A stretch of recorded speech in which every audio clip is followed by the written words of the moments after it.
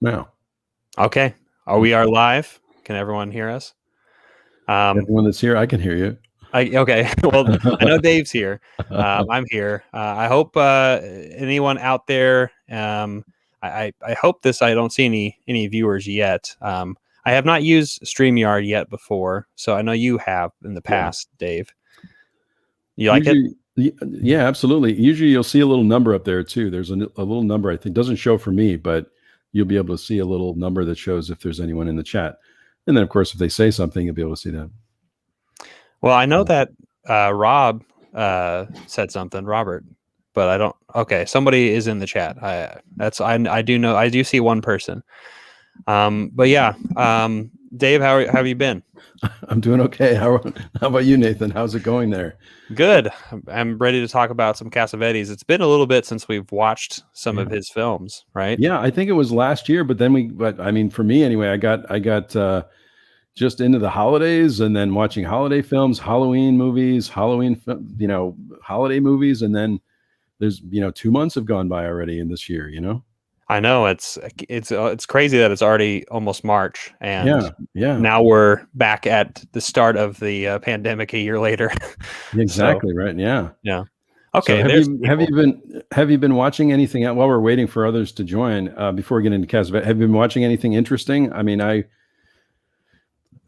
follow your channel, of course, so I know you're watching some interesting things too. But I've been watching a lot of Twin Peaks lately and just blown away by season 3. So I'm probably going to do a video on that at some point. But wow, I'm just totally amazed. I have to say, I don't know if you've seen it, but I haven't. I'm not going to give anything away, but I have to say it is probably one of the best TV shows I've ever seen in my life.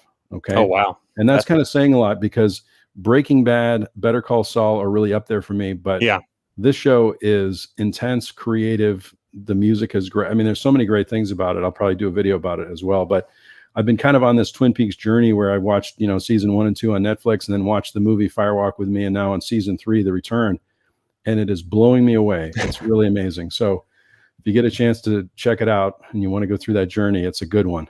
Believe me. I've been wanting to watch that show for the longest time. I am actually still on the fence on David Lynch, and I know a lot of people are a little bit on the like, what are you talking about? Yeah.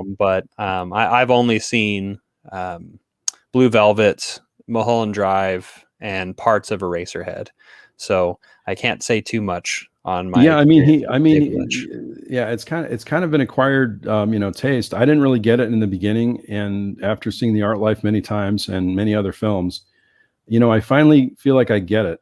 And just watching interviews with him on YouTube, there's so much on YouTube. Of course, he does those daily weather reports, which I watch all the time too. But anyway, so that's what I've been watching, and Criterion movies as well. Getting into Scorsese lately myself, how about you? I've been watching some Criterions, and actually, real quick, I'll just say hi because I can see people in the chat now. I know Rob's here from Movie versus Film. Hey, man, I know you were going to join for Cassavetes because that's his absolute favorite director. And also, Kaysen is here saying hi. And I'm glad that both of you are here. And I know there's a few other people in the stream as well. But we're excited that you're all here, and we're excited to talk about Cassavetes in a bit. But right now, we are talking about some of the things that we've been watching recently. As for Criterions, I did get a few based on you and Stephanie's recommendations last week because we just had a flash sale, right? Right. And I also recently, I've just been kind of picking things from my shelves just randomly, kind of just mood dependent. I did watch Election for the first time, which I absolutely adored. I had such a good time with that movie. Have you seen that one? I haven't seen it in a long time, a real long time. Yeah. But it has one of the dopiest characters in there. Right. And everything he does is just like so nice, but like he just gets so taken advantage of, and it's just the funniest thing. Right. But other than that, I've been trying to go through the Hammer Volume 3 box set from Indicator. Yeah. And I just watched Yesterday's Enemy and The Camp on Blood Island, which are both really good war films. kind of around the same time as The Bridge on the River Kwai came out, maybe a year prior to 1957, before Camp on Blood Island came out. But I've been really enjoying these Hammer films. So that's great. Yeah, it's interesting what we do with our collections, right? I mean, I definitely take some time. I've definitely been slowing down on purchasing this year. I'm still, I still had a January haul video, and I did purchase some things in February, but I'm definitely settling down a little bit more and watching more. At least that's the phase I'm going. And I feel like I'm always collecting, but I feel like I'm watching a little bit more now than I am getting new stuff. So, I'm doing the same thing. Yeah. Yeah. It does feel like an interesting year, because last year was just so rife with so many great releases that I feel like we all got so overwhelmed by it, and we also bought a lot. But it also, I know that several of our friends have kind of reorganized or restructured some of our thoughts when it comes to maybe buying a little bit less, or restructuring it in some kind of way, in our own way, right? And then watching what we have, because that's what I've been doing too. I've been trying my best. Absolutely. Yeah. I mean, it's a struggle, right? I mean, it's I'm just enjoying it lately, and I spend less time on my phone, I feel like, and I do spend less time on social media, which is always helpful for me anyway. So, it gets me really kind of concentrated on, what I love, my passion for films, so. Yeah. And I'm feeling the same way. As, I mean, I'm bogged down by work, but if I'm not working, I want to just be off of social media, and I just want to watch either like a TV show or a movie right now, because I'm like, I am way behind. I have way too much. I have I don't know if you have this or if anyone else knows this, but I have I guess it's an application that I can just scan the barcode, and it tells me what's in my collection, what I need to see, and what I haven't. And the numbers are way too high for I haven't seen. It's over 700, I think. Wow. So yeah, it's too many. No, I probably should get one of those, because I think I've only made the mistake of buying a duplicate, I think twice. I mean, which is kind of, I seem to have it up here, my collection. I kind of know what I have, but every once in a while when I place an order, I go, oh no, do I already have that? And I did it with American Graffiti. I bought that twice because they had a collector's edition. I saw it again, and it was really inexpensive, and I thought I should pick it up. And then I already bought it. Did you find it in one of those cars from the movie? Like you saw the car, and like, I have to get that car. It's like, I have to get that. Yeah, I gotta get American Graffiti's there too. Why not? Yeah, exactly right. Yeah. Well, I'm sure people are here for some John Cassavetes. Absolutely. So, how do you want to structure this one? Well, I was going to say, we talked about this. We should, because it's been a while since we've talked about Cassavetes, but I thought this was a great idea that I think you came up with, to say, hey, let's go through the box set together and kind of analyze the films and really enjoy. Yeah, I have the box set, right. Sorry, I guess we should have mentioned the box set right this there. John Cassavetes 5 films box set. Yeah, the 5, which again, if Criterion has a sale, highly recommend this box set. I mean, I think it's one of the best ones they have out there. But I thought you had this great idea of kind of watching the films in order and talking about them, which for me has been just an amazing journey. I didn't really know what to expect. I was exposed to a little bit of Cassavetes years ago, but it's been such a long time since I've, revisited the film. So the first time, right, we watched Shadows and Faces, right? Right. Oh, we watched Shadows and Constant Forge, the documentary. Yeah, that's right. And then we did Faces and A Woman Under the Influence. Mm-hmm.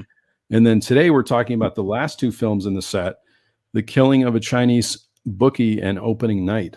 Mm-hmm. So, I mean, I guess we can start talking about The Killing of a Chinese Bookie and see kind of how you felt there. Yeah. This is the one right here. This one, there's two versions of the film. One from 1976, which is the original.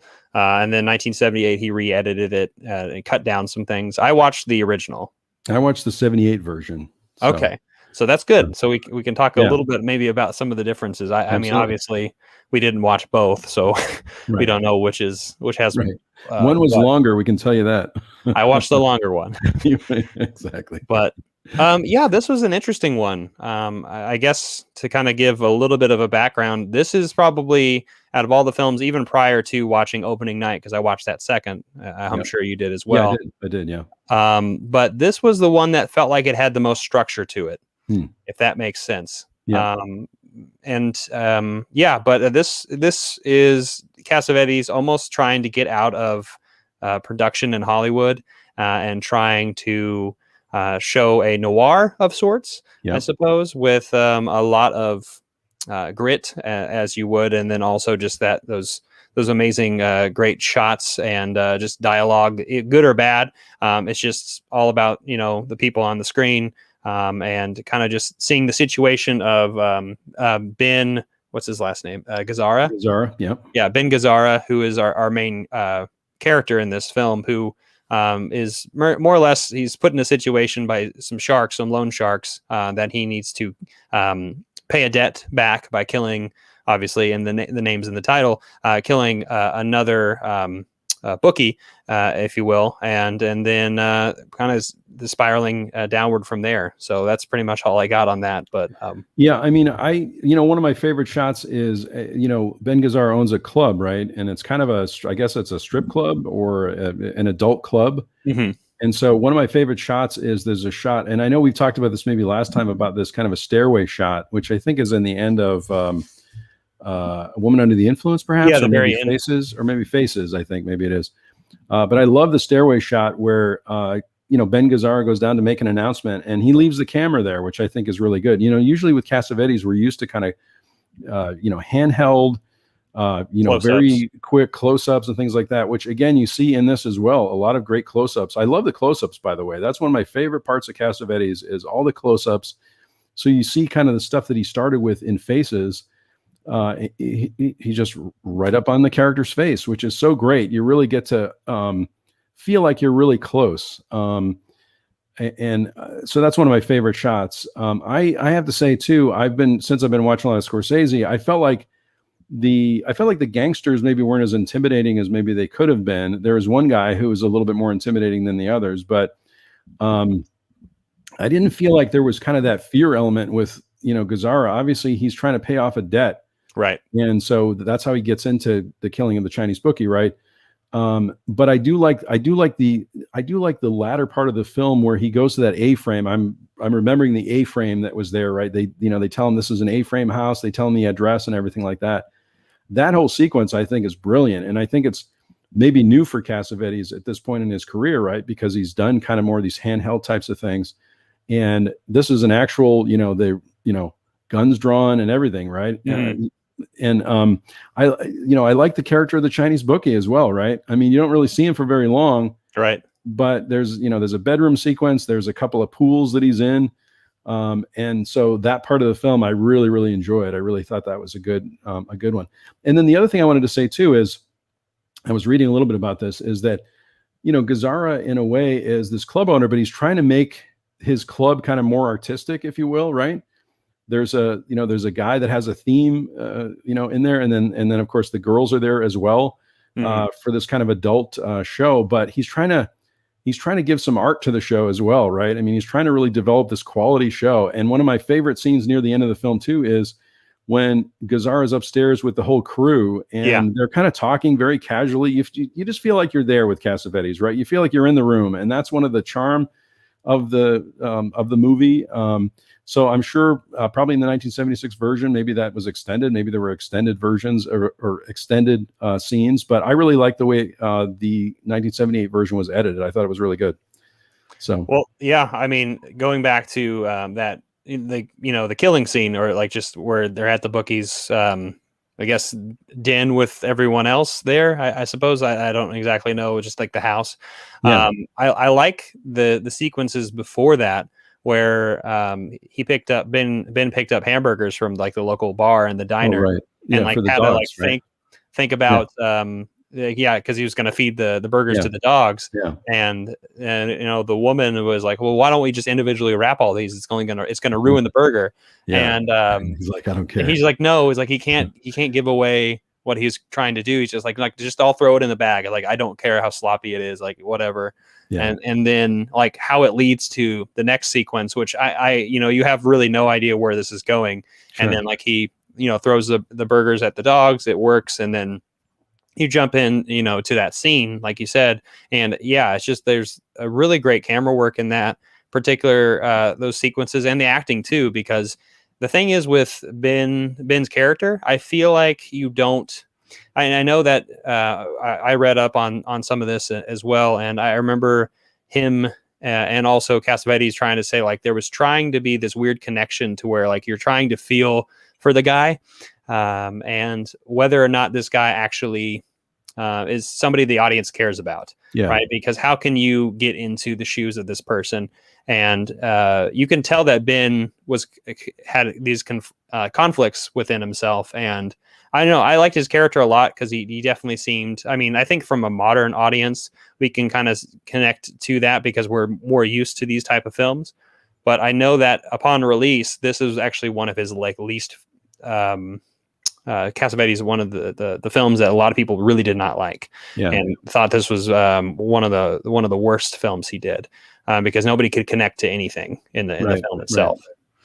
Yeah, I mean, I think you really touched on something I was saying before too, which is that, you know, you really think, to me, I felt like, you know, Ben Gazzard could have been more fearful. I mean, if you put yourself in that situation, let's say you have a gambling, you know, issue or something, you lose all this money and that's the only choice you're faced with. He just seemed very nonchalant about it. Whereas you would think, and again, I get it. That's his character. He's a club owner and he kind of lives, you know, by his wits and things like that. But I didn't really see the fear in him, you know, that much, right? It seemed like, oh, this is all right. I got to do this now, you know? And maybe I was missing that a little bit. I definitely connected to it. I would say out of all the films, I really, you know, this is probably my second favorite. Well, maybe my third favorite out of the box, because I like the later Cassavetes for whatever reason. I seem to connect to those a little bit more. So I like the idea that he was leaving the camera in one place, and that's just maybe me, you know, or just, you know, even if he's on the street, you know, just leaving the camera in one place. So you can I really like a film that allows me to study the frame a little bit. And I feel like with some of the earlier films, it's very all over the place, which is very raw. Again, it's fine. Yeah. Yeah. But anyway, go ahead. I mean, well, I was going to say, I think it's interesting, just thinking about that voyeuristic look, or I guess as like an audience member, and I know a lot of the sequences within the club itself, it's almost like the cameraman is an audience member. Yeah. And just sitting there in the front row, just kind of taking in the show, and also the performances, like by the male who was like the weirdo, the freak, as he would suggest, like he was, you know, like you were saying in that near the end sequence.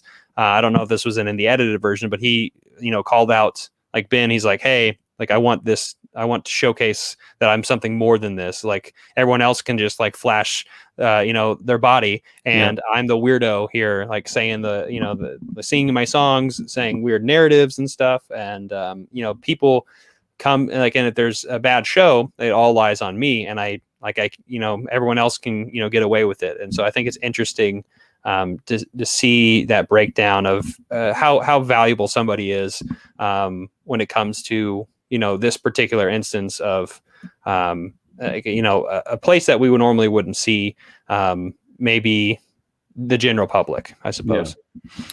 Yeah. It looks like Robert was saying the gangsters were an analogy for movie producers trying to take the art away, right? Which, you know, I had read a little bit about it beforehand, so I knew kind of that was, you know, the play there. But, you know, the other thing I was reading is that Ben Gazzard did a screening near me, which is, I live in the Rochester area of New York, and this was at a screening room here, and this was in 2008, and he basically said that he had told Cassavetes the first cut was way too long. So maybe this is where maybe he had lost a little bit of momentum, because the 76 cut was released first, right? And then he went back 2 years later and edited the movie, which, you know, maybe if the edited version had come out, maybe it would have picked up more traction. I feel like the edited version, again, I didn't see the full, you know, the 30 minutes extra there. I didn't see that one. But for me, the movie really moved even more than some of the earlier films, for me anyway. Yeah. Right. That is something that's interesting, because, I mean, obviously I haven't seen the edited version, but I would say that this one, at least this film, seemed to have a better pace to it, or at least, because obviously I know Cassavetes a lot of the times wants to make you feel uncomfortable, but also wants you to kind of understand like the anguish of the people who are in these scenarios that he puts his actors and his characters in. But with this particular one, I definitely felt that it had like a rhythm to it, and it felt a little bit more structured. And I know that that's where a lot of maybe, I guess with the edited version, made it a little bit more succinct and a little bit better. Yeah, I'm glad you mentioned too about this idea of being uncomfortable, because I'm not exactly sure what the purpose of that is for me anyway, because I've watched a lot of films that make me uncomfortable, but I know that it's kind of a sometimes it seems like sequences go on a little bit too long, so it feels awkward, right? It feels a little bit awkward. I don't know if that makes it feel more real. And again, I'm just trying to understand in my own mind, having seen these films, I haven't seen these films in a long time, why that would be exactly, right? I mean, we were talking about Lynch a little bit before, and Lynch makes you feel uncomfortable in a different way. To me, even in a more pleasurable way than Cassavetes does, because Cassavetes almost pushes it to the nth degree, where you're like, this scene could be over now. You know what I mean? Like, we get it. Right. And we feel the tension, and we feel all the things he wants us to feel. Probably it doesn't need to go on that long. That's my take. That's my take on it. Again, I think he's a genius, so don't get me wrong on it. Mm-hmm. I feel like, for me anyway, that maybe, I don't want to say it really bothered me, but it definitely colored the way I was watching the films in a way. I feel like, okay, I get it. I feel awkward. Why are you making me feel awkward? I mean, that's right. what I was thinking, but. Which I think that kind of discussion probably leans more into like opening night, when we'll talk about that with uncomfortability and stuff. Real quick, Stephanie is in here. Hey, Stephanie. Hey. Yeah. She's looking for us on your channel. We're all over the place. We're just anywhere. Yeah. Yeah. But yeah, no, I think it's interesting. Thinking back to like the most uncomfortable movie of the box set, A Woman Under the Influence, which we already watched. Sure. It's interesting to kind of see and like live within that, like those worlds that he puts you in. I feel like with Killing of a Chinese Bookie, this one felt a little bit more like Shadows, I suppose. Yeah. Or at least lived in a world similar to Shadows, right? If you would, and where it just has, I guess, characters from the underbelly of the city, and seeing what they're going through, and obviously it's all dependent on love, which is another big thing with Cassavetes, is he wanted to showcase like what can love do, and also like the love of like what you're doing, like making something like artistic, or also like falling in love with another person. And I mean, this one, Ben has a lover in it as well. One of his I guess showgirls. I can't remember her name in particular. But she and her mother are really good friends with Ben in the film, which I think is interesting. It's an interesting dynamic, but because he's in so much trouble with what's going on, which, like you said, you didn't really feel him really reacting in the troubled way as maybe he probably could have. It's interesting to see like his decisions on giving up on those scenarios of like, all right, well, maybe I just have to give up the club and let go of this woman that I'm in love with. So, yeah. Robert was mentioning too that he said, I think he didn't show too much fear because he likes to live in danger. I get that. I just wasn't, I didn't, for me anyway. Again, these are our opinions as we watch. This was a first viewing for me anyway, from a long time ago. I guess I didn't feel that as much, right? I didn't feel like, there's still, even though you're living in danger and you're an addict or whatever the case is, right? You're still there. I didn't really see him sweat that much. Right. And I think I was missing that. Robert goes on. I know Robert's a big Cassavetes fan, of course. So he makes you feel uncomfortable by putting you through it. I get that also. It's just, I guess the thing I would say about the movie is that, I like the patience that Cassavetes is showing at this point in his career with the leaving the camera in one place. And you could say that could slow down a film as well, right? Or that could make you feel uncomfortable. But I love that in a film because it gives me a chance to study what's going on. Some people don't like that, right? And they say, oh, this makes me feel awkward. Why is he leaving the camera here for 30 seconds? But for me anyway, I don't feel like you necessarily have to push a situation to the point where you feel really awkward or embarrassed or whatever the case may be is, right? That's just, my feeling, my opinion on it. But sure. And I going back to that original scene where we're talking about the actual killing, that I think is probably the best scene, just because you do actually sense his hesitancy, and you can tell he's like, where the hell am I? Like, what am I doing? And then action happens, and then he needs to get the hell out of there. I think. Well, except, do we think this is the first time he's killed someone? Do we think that? I mean, because if it's the first time, I feel like any human, if it's their first time and he's really been pushed to that extent, unless he's killed people before, right? I think he said he was in the military, I think, when he was talking about, right? Because they were asking him at the table when they were in the diner when all the gangsters came to meet with him. So he's I guess familiar with doing it, but in a different setting, right? So anyway, go ahead. I mean, I guess that's the impression I got. If it's your first time doing it and you're not in the military, how do you really feel about it? Right. I mean, it almost seems like there would be a fear or a panic button that would set in, because for a lot of people, we have that moral trigger that would just stop us from doing this scenario, or at least we would feel something a little bit more.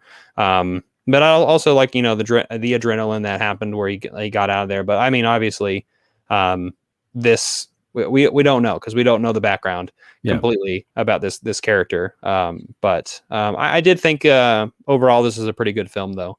I think it might be my least favorite of the 5 personally, but it might be your third favorite. I think it's my third favorite. Yeah. Yeah. I guess we'll get into the ranking as we go.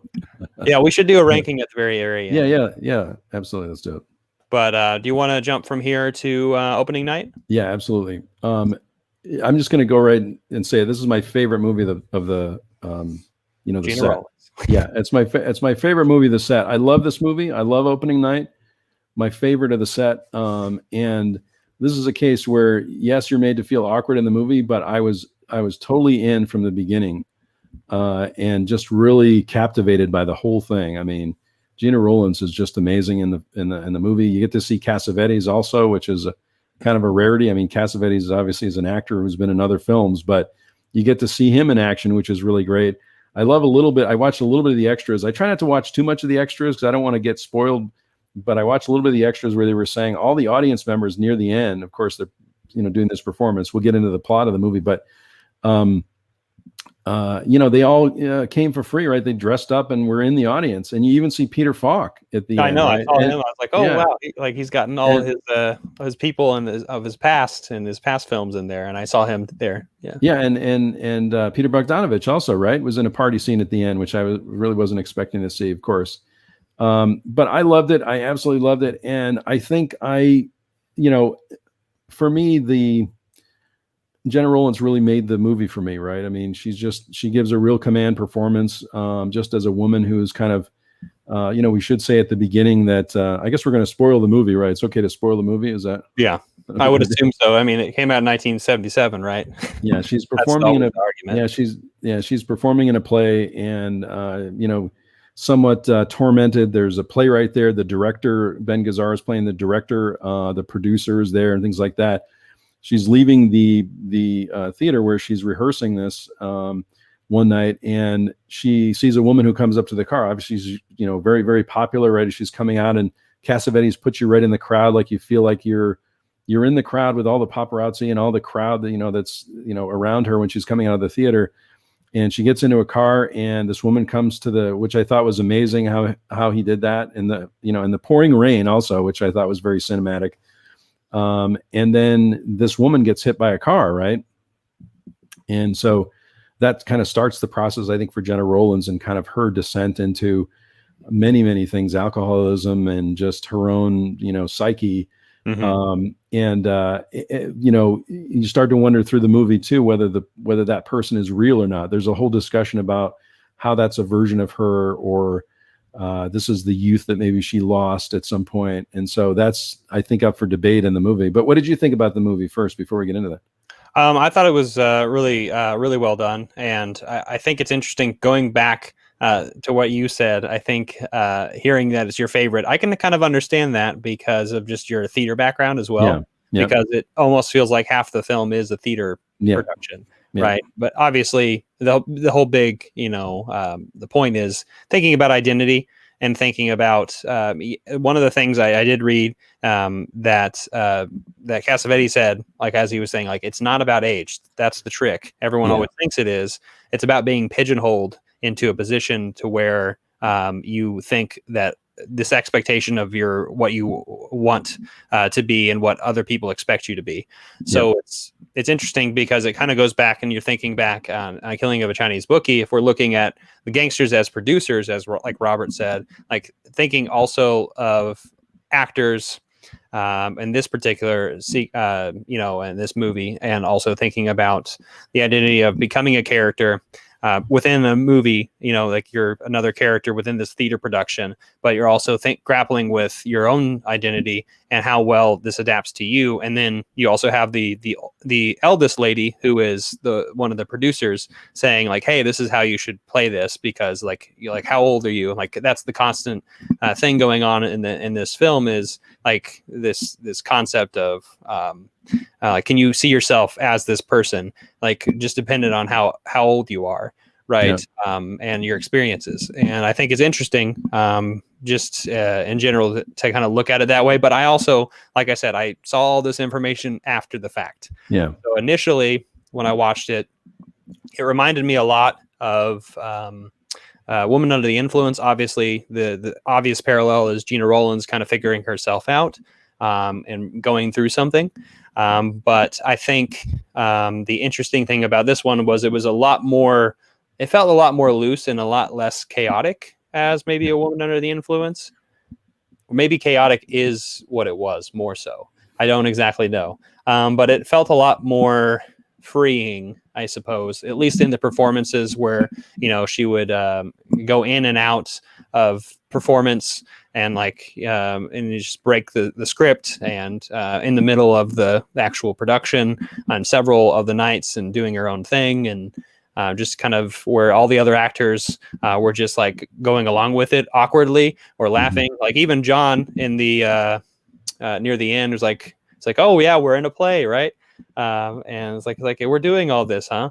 And so I think overall this is definitely one of, I think, Cassavetes' best films. I absolutely agree. Going all over the place with that.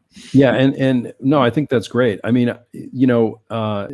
talk about feeling awkward. This movie makes you feel awkward all the time, because you're trying to feel what's going on with her character. But I think to me it was even more jarring, especially near the end when she comes to the opening night and she's completely drunk. I mean, that whole sequence of trying to get her ready and everything like that. And I can tell you, just being in the theater, the stress you're under, before you go on stage. Now for me anyway, as an actor, I did this years ago, of course, but you're feeling a lot of tension beforehand. For me anyway, when I was on stage, I was completely calm and comfortable. That's, I felt like I was at home there.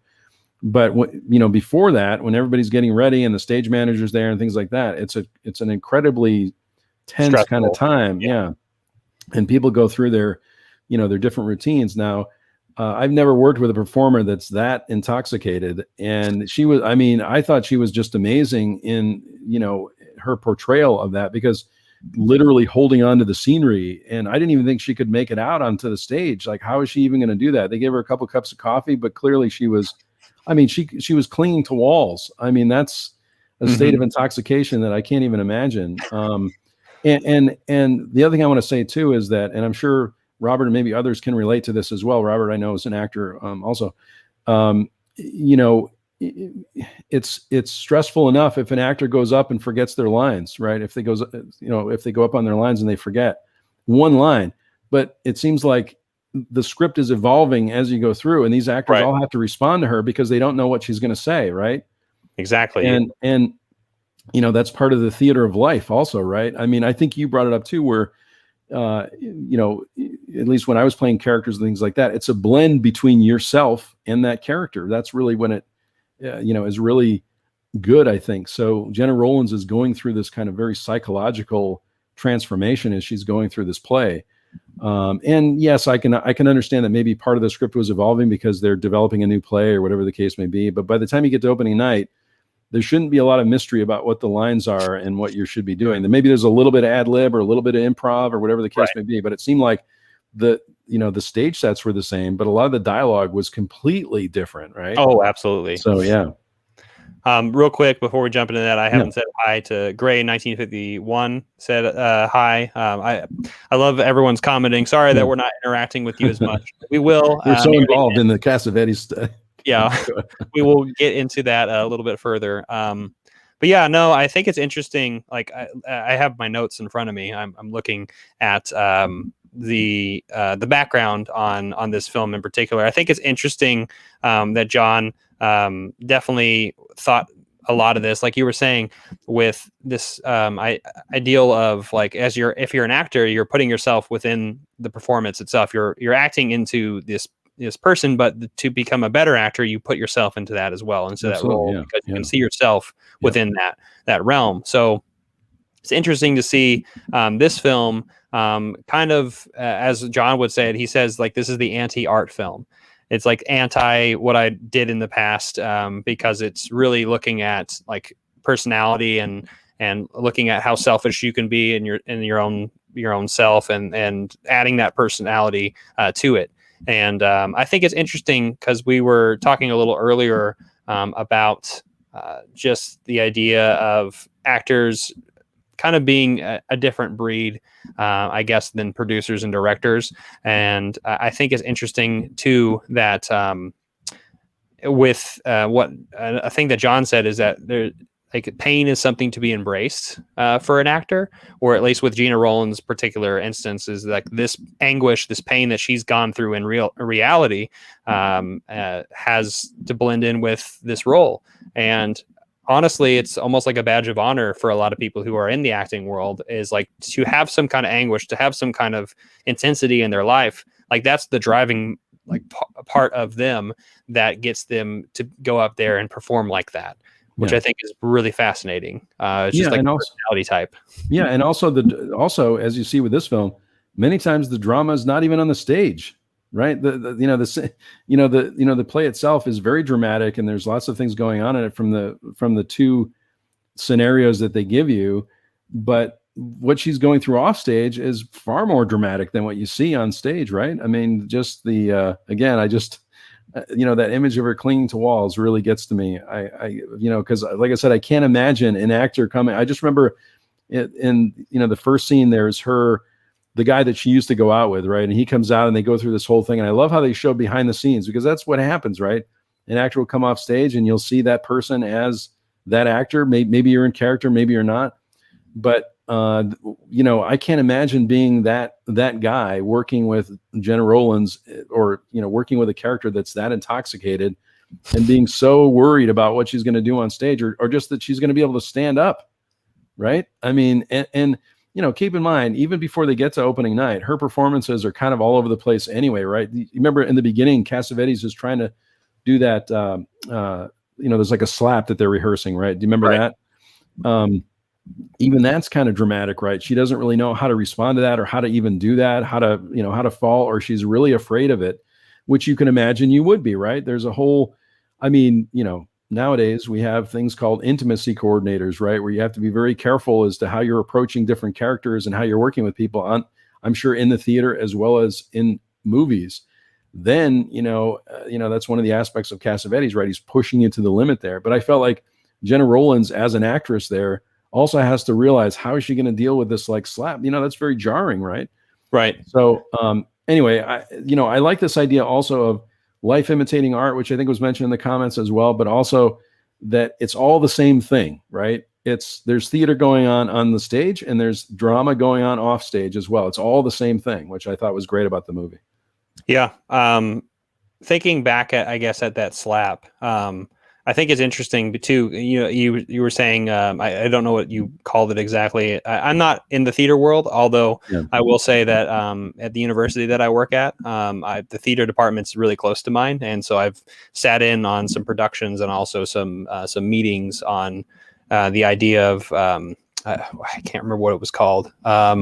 Anyway, it's it's like when you're about to do a production. So, for instance, something like Cats, right? Yeah. Where Cats is like something is a very sensual production, and you're going to be very close with other actors, and so you have to go into that with the other actors, signing agreements, and also understanding that you're going to be in this production doing this thing. Right. Exactly. Interesting now, because that is a lot more prevalent, especially in today's theater and in today's world, which is actually a good thing. But it's interesting probably to go all the way back to 1978 or 1977 when this came out, and thinking about the rules of engagement and acting during this time period, because I do know, I'm not in acting myself, but I do know it's highly hierarchical, and it's very dependent on like who's in charge of what and doing different things. Now, there's very few people like John Cassavetes, for instance, who is like, nope, I'm cool with everyone doing their own shit, right? Yeah.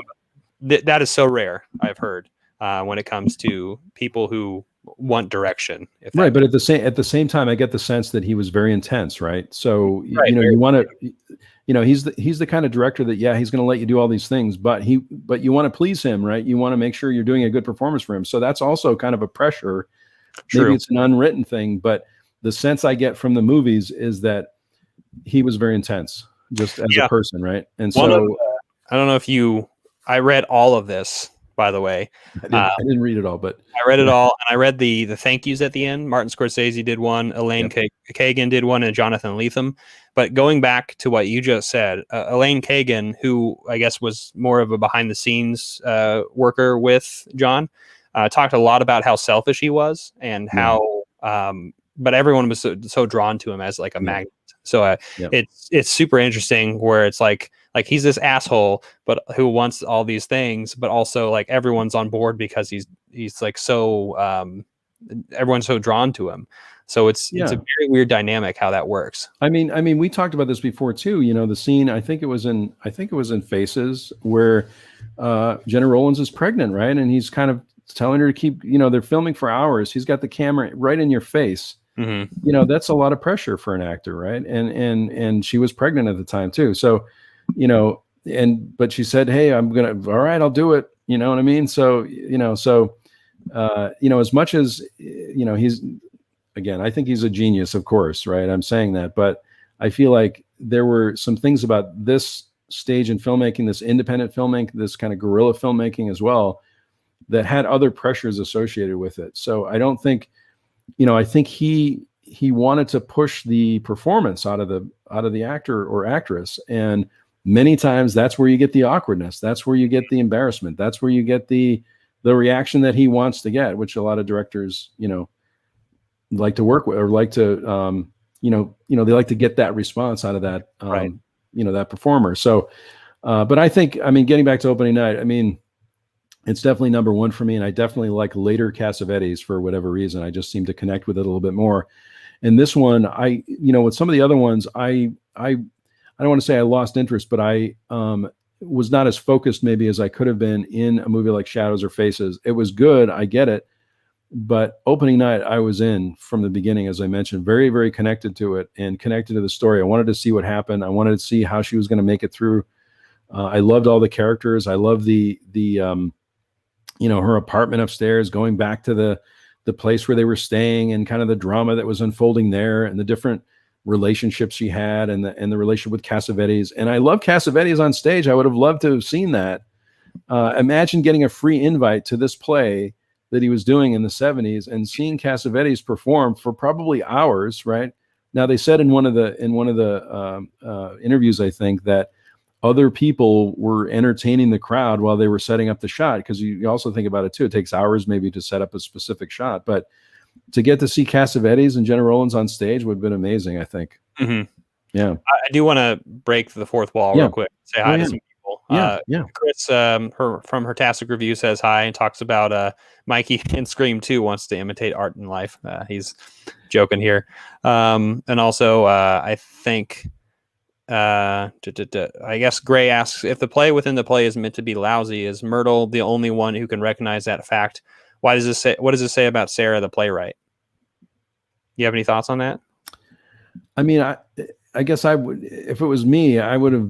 I don't think the play was lousy. I mean, I thought the play was okay. It's not Ibsen, or it's not Chekhov, but I thought it was good, and they're working on it too. This is an opening night, so you're not really sure whether it's on. It's clearly in California someplace, I think, right? Mm-hmm. It seems like it is anyway. So they're probably preparing for it to go to a bigger, city, and so there might be more improv in it. There might be more things that are not particularly, set. You see the playwright going backstage, you see the director going backstage, and then they come back to the audience, and so there's a lot of manipulation there. Whereas for a Broadway production, you might not see that, right? Yeah, so, and I guess this kind of just gets at what Cassavetes looks for as best as he can with something like this, is just seeing who controls the actual end product, and that's something that I felt like plagued him like his entire career. Is, I mean, even with his direction, like reading this whole entire book, one of the first things he said with Shadows is like, hey, I worked with all these people for so long, and doing all these fun things with these non-professionals and a few professionals, and then the end product comes out, and then to see my name plastered all over and not really seeing everyone else's name is really interesting. And I think obviously a lot of people know this about Cassavetes, but he was selfish, but also very unselfish. He was very, he wanted to allow everyone to, work within this structure that he had, and really showcase who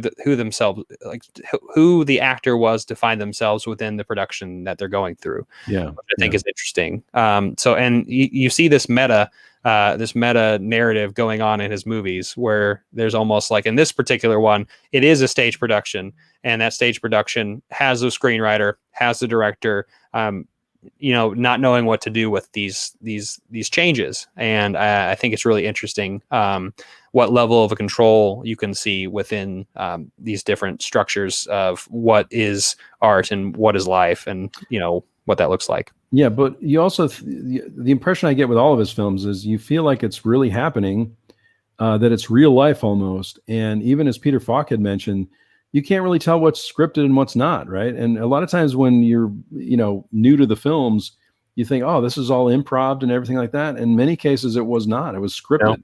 Yeah. Mm-hmm. And so obviously there was some improv there, but you can't really tell, right? And so that's kind of the same with the play that everyone, I guess, is saying is not a very good play. I thought it was an okay play, but it's fine. Yeah, it's fine. I wonder too if this. And by the way, I was going to say I would have watched Cassavetes read the phone book on stage. So I don't, so if that was the play, that would have been fine for me. Phone books, R.I.P. Yeah, that's right. Yeah. Yeah. Well, at the time, the 70s, that's all we had. So yeah, of course. Yeah. But I think it's interesting that you really thinking that opening night might be your favorite, and then really enjoying Killing of a Chinese Bookie. I wonder if it is because we're now a little bit more aware of John Cassavetes and his work. I think going through this journey of not really having any expectation to begin with, as we started off with Shadows, I think it's interesting to go from there and see where we kind of landed with the whole thing, and kind of understanding as we went into these last two films, kind of already understanding a little bit more of the worlds that we would be visiting. I don't know. What do you think? Yeah, I mean, I think going through the journey, you definitely, I mean, I had respect for him at the first film, right? And the documentary, and I had known about Cassavetes for many years, of course. But going through the box set again and revisiting these films, I definitely have a huge respect for him. And keep in mind, right, it's revolutionary in the beginning to start making films on your own and just having complete control of them outside of the Hollywood system, right? And raising your own money and writing your own scripts and finding your own crew and all this kind of stuff. I think he talked about in some of the films too, where, you've got to film for a while and then take a couple months off so you can raise some more cash for the movie, right? So, there's that whole revolutionary aspect that I think was really part of the guerrilla filmmaking movement of independent film, which I think we're seeing a resurgence in now. I'm hoping anyway. There's a lot of, I think partly because of the pandemic and maybe bigger productions, but this is a great time to work on independent film, right? Because you can work with a smaller crew, and there's lots of advantages to it at this point. But I don't know if that answered the question we were posing there, but I feel like my takeaway from just looking at the whole box set is I have much more of an appreciation for Cassavetes. I had one going in, but I have much more even, you know, and you know, these films can be watched over and over again for new insight, I feel like. Yeah. I think with my impression, I didn't have any prior knowledge to John, except for maybe his acting, obviously in some of the bigger pictures he was in, right? And I think it's, to me, I was going into this kind of without really knowing much, and going through from there, and then watching it through this process, and then also reading alongside it, and also really just studying the film, which obviously this is a revelation that I guess I've rediscovered recently, because lately, because with the holidays and stuff, I've just been watching movies just to watch movies and not really wanting to talk about them. Yeah. I know it's interesting because of the structure that where we both are. We're on YouTube. We talk about movies online, right? And we try to discuss these things. But a lot of the times I've been watching a lot of things where I just don't want to talk about what I just watched. It's just like, it's entertainment for me. But going back and doing this project that we've been doing, you know, for the last few months, has really kind of colored back at the, like, I wish that every single movie release that I had has a booklet that came with it, so that way I could study the process, the production, you know, the love and effort put into a lot of these things, and I'm really happy with this set. So. Yeah, I want to kind of touch on something you said, because I think it's so important, and that is that sometimes you don't want to talk about films, because for me anyway, just watching films for so many years, it's a personal thing for me, right? Watching films for me it's a, you know, I'm thinking, I'm watching, you know, there's lots of things happening while I'm watching a film, I feel like. And for me, it's always been a personal experience, very, very personal experience, which I think is for a lot of folks that are fans of movies. And so sometimes you just want to do that and not talk about it, right? Or maybe you have a favorite film that's a comfort film for you, and you just want to watch that and not say anything about it at all. That's just something you're, you know, doing on your own. I think that's so important. I really think you touched on something really important there, because, you know, I love talking about film and I'm so passionate about it, but there are some films where I'm like, I just need to put this film on and just watch it and really enjoy it and not really think about it too much. You know, Cassavetes really challenges you. And, you know, he makes you feel uncomfortable, as we said before, which I'm not very comfortable feeling uncomfortable, if that makes sense. Right. So a lot of times, I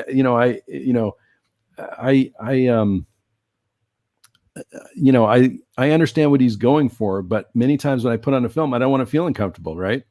I want to feel relaxed. I want to feel contemplative. I want to feel meditate, whatever it is. Right. I may not want to I know if I put on a Cassavetes film, he's going to make me sit on the edge of my seat, right? You know, or whatever. So anyway, I think that was really important what you said. Yeah, I think so too. Now, I know Gray 1951 asked, what do we think about his studio films, Too Late Blues and A Child Is Waiting? I haven't seen either. I haven't seen those either. I've seen. Yeah, yeah. And you have husbands, right? And love streams? I have love streams only. I don't have husbands yet, but yeah.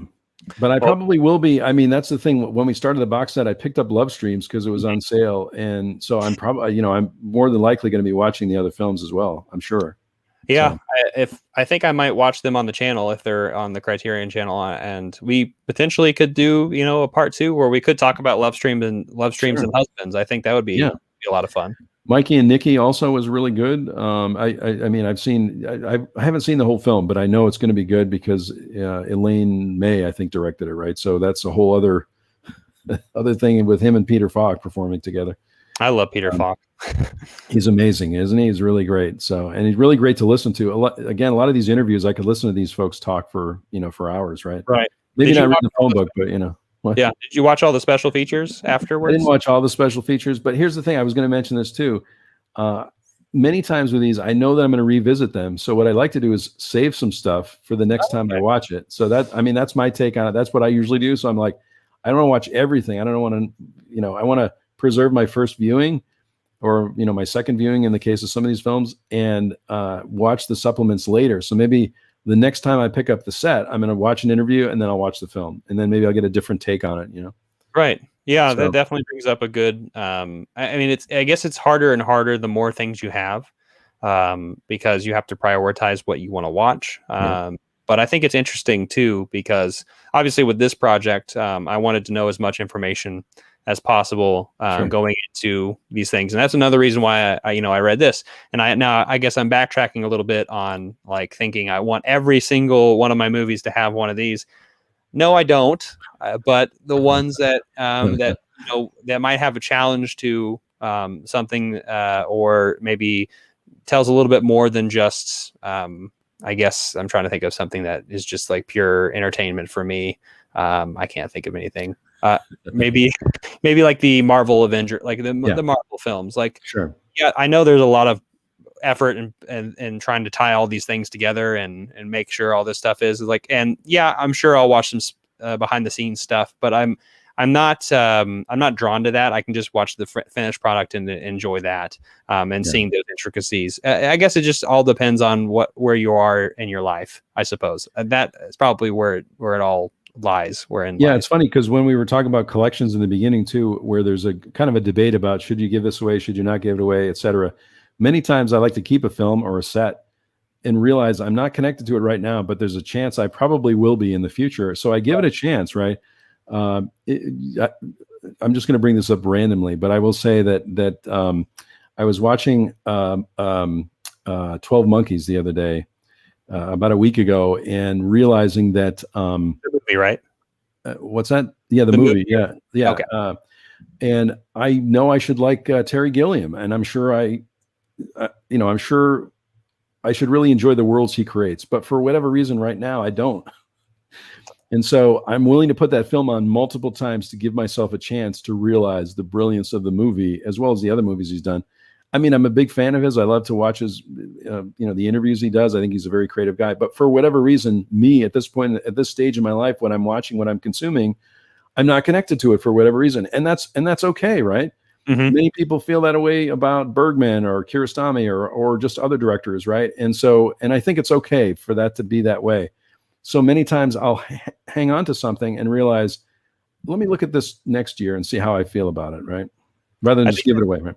Right. And I think that's a good point too. And I think it's a really important one too. And I know it's almost like a weird trap to fall within this community because they have these expectations of these different directors that we're expected to like, right? So for instance, I mentioned David Lynch earlier. You mentioned Terry Gilliam. These are directors that a lot of people are like revere, or they're like, oh wow, like they're super creative and they do these different things, but not everyone's going to connect to them. Right. That's okay. And I think it's interesting. I think Cassavetes is a really great example, actually, of somebody who's like, I'm fairly certain that 99% of the people I know who haven't seen the Cassavetes film are probably not going to like it. Right. And I know that the 1% or the 2% that I do know, my film friends, will appreciate it more, if that makes sense. So it's a weird thing. I mean, it requires a level of patience, tenacity, and just perseverance, maybe, to go through a Cassavetes movie, right? You're in for a lot of he's going to challenge you as a director, and many people don't want that. Mm-hmm. They want to put on the fun adventure or whatever the case may be, and maybe not escape, which we all like to do as well. But if you're in a Cassavetes, he's going to challenge you. I was going to say too, I know we talked about the rankings, but I'm just going to give you mine. Okay. For me, it's Opening Night in the number 1 spot, Woman Under the Influence number 2, Killing of a Chinese Bookie. I'm going to say it's really hard between Shadows and Faces. I think they're both kind of tied, but I think I probably like Shadows a little bit better than Faces, for me anyway. Okay. So that's my take. Now, keep in mind too, these are just opinions, right? So if people are watching the videos later, I'm sure I might pick up the box set and say Faces is my favorite. But for right now, number 1 for me is Opening Night. Number 2 is A Woman Under the Influence. Number 3 is The Killing of a Chinese Bookie. Number 4 is Shadows. And number 5 is Faces. Okay. So now number 1 is Faces. Wow. See? Which I think is interesting. Number 2, Shadows. Wow. I know. Number 3, Opening Night. Cool. Number 4, I'd say Woman Under the Influence, which is the hardest one to watch. It is hard, yeah. It's tough. Number 5 is Killing of a Chinese Bookie. which I honestly think might be one of the easier watches. I don't know how to describe it, but yeah, it has more of a plot, I guess, is what right. So I guess this is like a mixture of, for me at least, looking at this, like, because it's Cassavetes and because it's Criterion, and there's like this expectation of me looking at this objectively but also subjectively. So the ranking here for me right now is subjectively. Sure. How I would put it, because obviously I would say like Opening Night and Woman Under the Influence are probably his best works. Yeah. Because it's so impactful. But I think Faces for me, because it's so impromptu with all of the different interactions between the men and the women in the film, and just those long takes, it just seems organic and something that I enjoy about it. But yeah, Faces, I think I lost Faces a little bit because of the backstory with the audio issues, right? So when he couldn't process the video and audio at the same time, when you watch the film, you're very distracted by the audio because it has to be dubbed again, right? So, I mean, that's, for me anyway, it took me out of the film too much. And so that's why, but all the films are revolutionary. Again, if you're watching this video on a replay, or even folks in the comments, Cassavetes to me is a genius. And so, we're trying to rank these things that are masterpieces in my mind, right?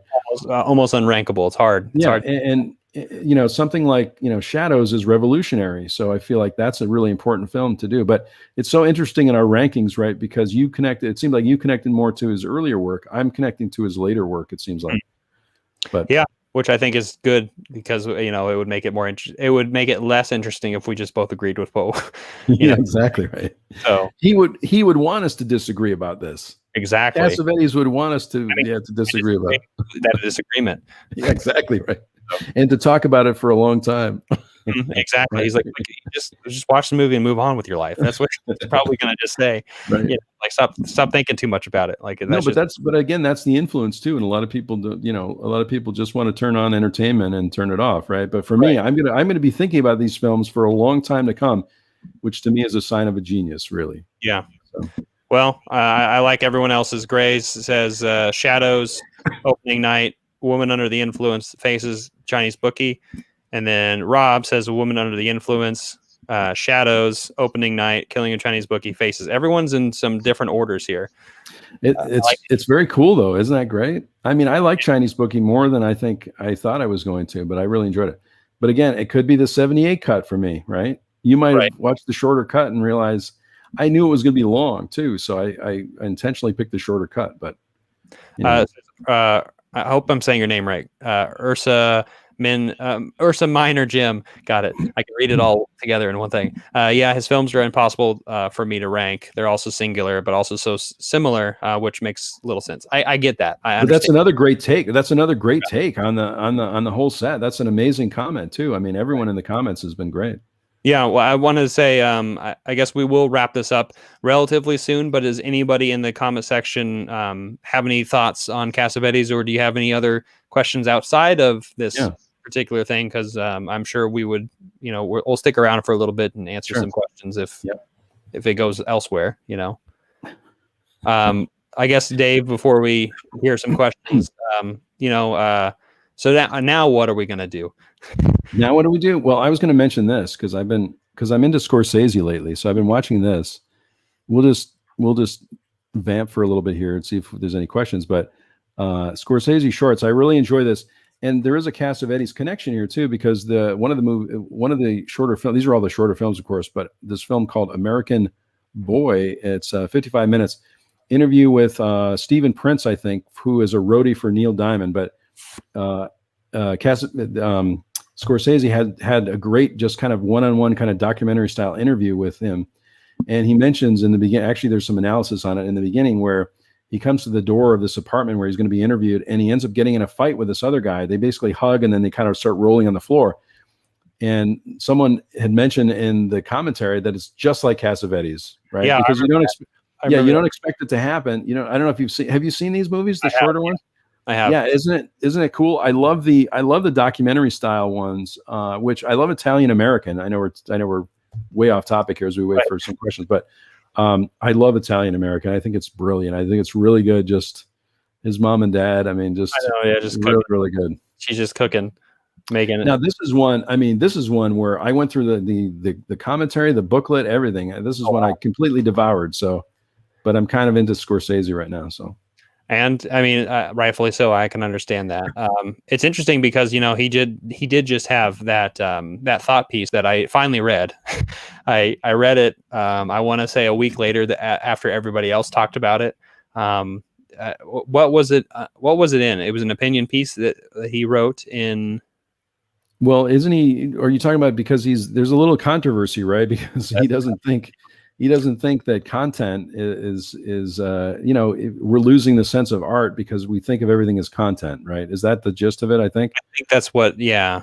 But yet he does have movies streaming on Netflix, right? So I mean, he has Goodfellas is on Netflix, and The Irishman, of course, which has a Criterion release. So, I mean. I get it. Everybody's into. I mean, it seems like every time I turn on the TV with Amazon or any other service, there's always new shows coming out. So I get it that we're sort of flooded with content at this point, and I can't even keep up with it. I don't know about you, Nathan, but I can't keep up with it. Right. Well, that's another reason I think that a lot of us, especially near the beginning of the year, a lot of our friends, we're trying to like quiet that noise. And we're not trying to, because with physical media, it's lucky. It's weird. It's like a double-edged sword. Part of it is because of monetary factors. A lot of us have the privilege to where like we have the extra income to spend on things like this, right? And then the other side of seeing like streaming, where it's like people who maybe don't want to spend money or like have space or whatever, the ability to, I guess the access thing, thinking about it that way. There's a lot of ways to go about this, but I think it's interesting just that we're bombarded with information so much now, especially where we don't have a TV guide anymore, where there's like, there's structure or curation, which I guess is something that Scorsese talked about too, especially like the Criterion channel or TCM. They all curate, which is nice. Yeah. It's almost like there is an argument for having too much, and I think it's like it is a little overwhelming. But it's also we live in a golden age of amount of stuff we can view and occupy ourselves. We're all in our own little bubbles. So absolutely, yeah. I know there's some questions in the chat here too. Robert was saying you're both in a room of Marvel fans. How do you pitch them and pique their interest on Cassavetes? Get Robert Downey Jr. to be a part of it. Oh, yeah, that's right. Yeah. That would work. Yeah, that's right. If you had Robert Downey Jr. coming in to talk about only Cassavetes for an hour, I think people would be interested. You just throw him into one of the acting scenarios. Like I'm sure he'd be fine because he's just a magnet to listen to. Yeah. And so I think that would be a good one. Yeah, I think that's a great answer. So, and the cinematic collector is here. Hello. Hey, yeah, we're about to end, but does anyone have any questions pertaining to Cassavetes or anything in general? Maybe even Scorsese. We just talked about him as well. Old Marty. Yeah, I was going to say on my channel, I've started a study on Scorsese. I keep saying Cassavetes now because I just want to go back to his films. Scorsese. Yeah, I've started a study on Scorsese too. So I'm starting with the beginning, and I'm what I'm doing this year in terms of my collection is I'm trying to fill in the gaps with some directors that I really love. So Scorsese is one of those. For whatever reason, I started watching Goodfellas again, The Departed, Casino, a lot of those movies. And then I said, I should just start from the beginning. So that's kind of what I'm doing. I mean, I've seen Mean Streets and I've seen a lot of his earlier films, but I haven't watched them in a while. So I'm kind of filling in the gaps there. I don't know if you do that also, Nathan, but I like to fill in the gap. If I have a favorite director, I like to fill in the gaps as much as I can and have the entire filmography if possible.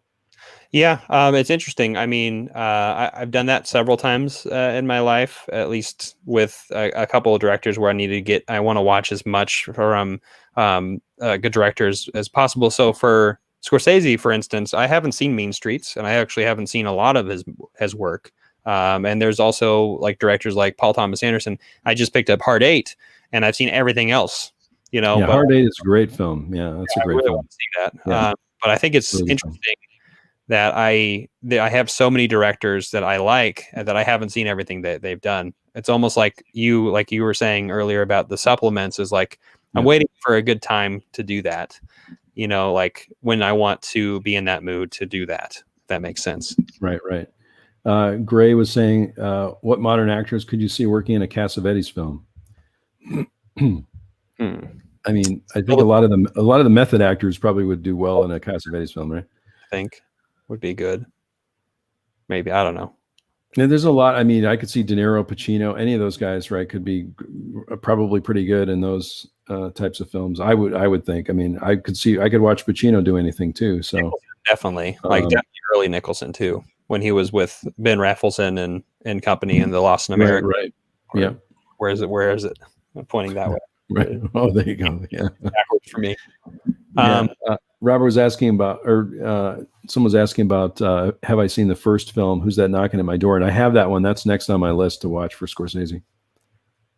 Ethan Hawke would be somebody good. Yeah. There he is. There you go. We're just pointing out all here. That side. Is that a full set of Before Sunset, or is that a soundtrack? That is my posters for Before Sunset. The posters. Sorry, I saw this. I saw what it looked like a big set, but from here I can just see like the bottom half of it. So I would love that record for Before Sunset, because that song that Julie Delphi sings to Ethan Hawke is just delightful. Nice. But yeah, I think Joaquin Phoenix. Of course. Let's see.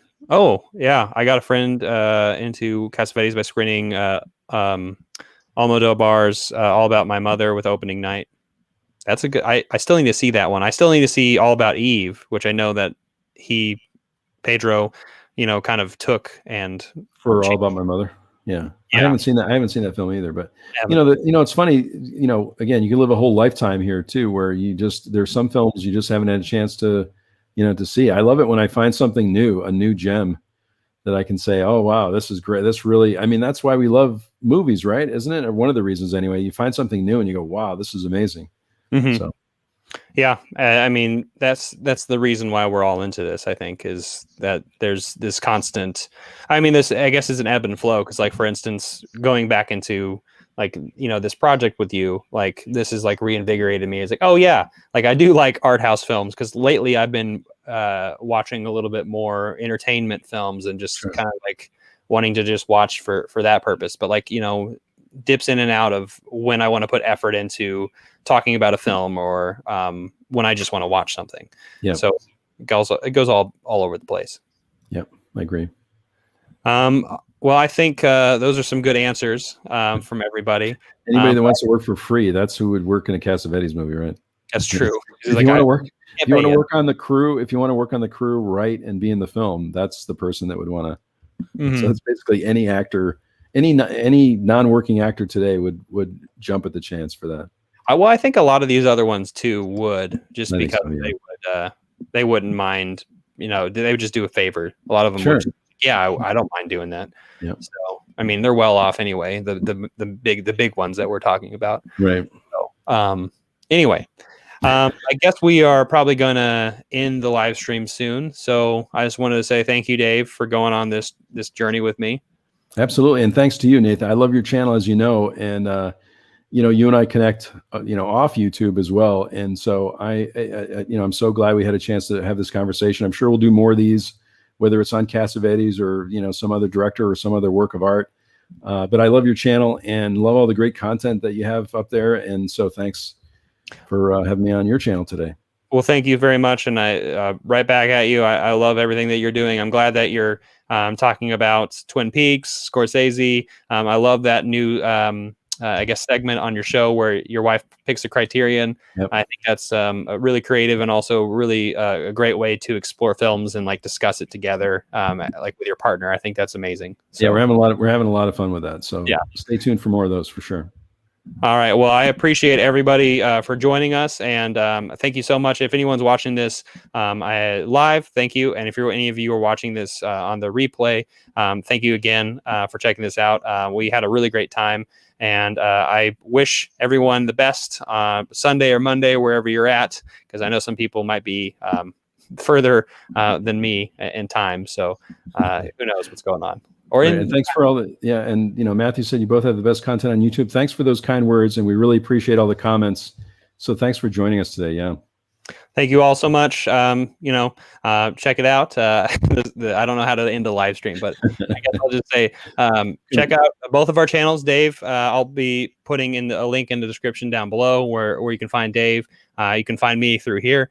And I hope everyone had a good time. And I'll see everyone next time. We're not jonesing around. I don't know how to say it. You can wave. That's good. That's always good. Yeah. Bye, everyone.